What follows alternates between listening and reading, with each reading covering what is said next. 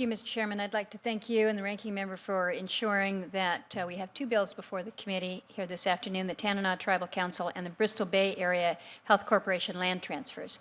These are important bills in these specific regions up in the interior and out in Bristol Bay that will help increase access to much needed health care to Alaska Natives and non-Natives in both of these regions. So I'm hopeful that the administration will continue its support of both of these efforts in this proposal.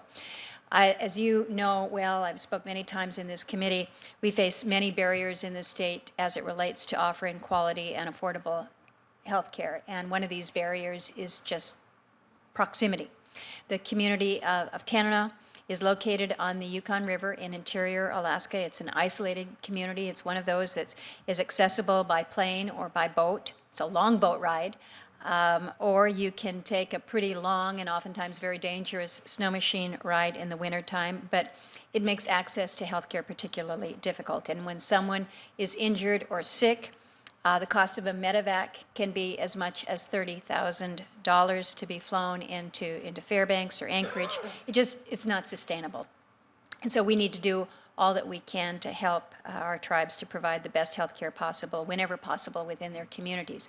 I think the committee has also heard me mention the youth of Tanana. There's a group of young people associated with the 4-H there that have really stood out in their community and said, we want a healthier community. Help us with that.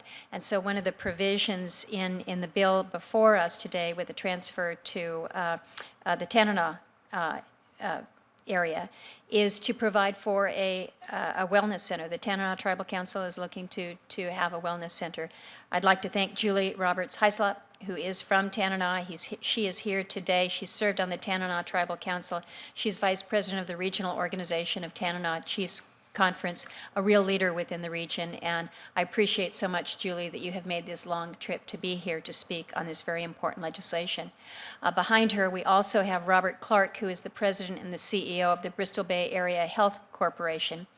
BBAHC is located in Dillingham, Alaska, and they deal with many of the same barriers as Tanana faces.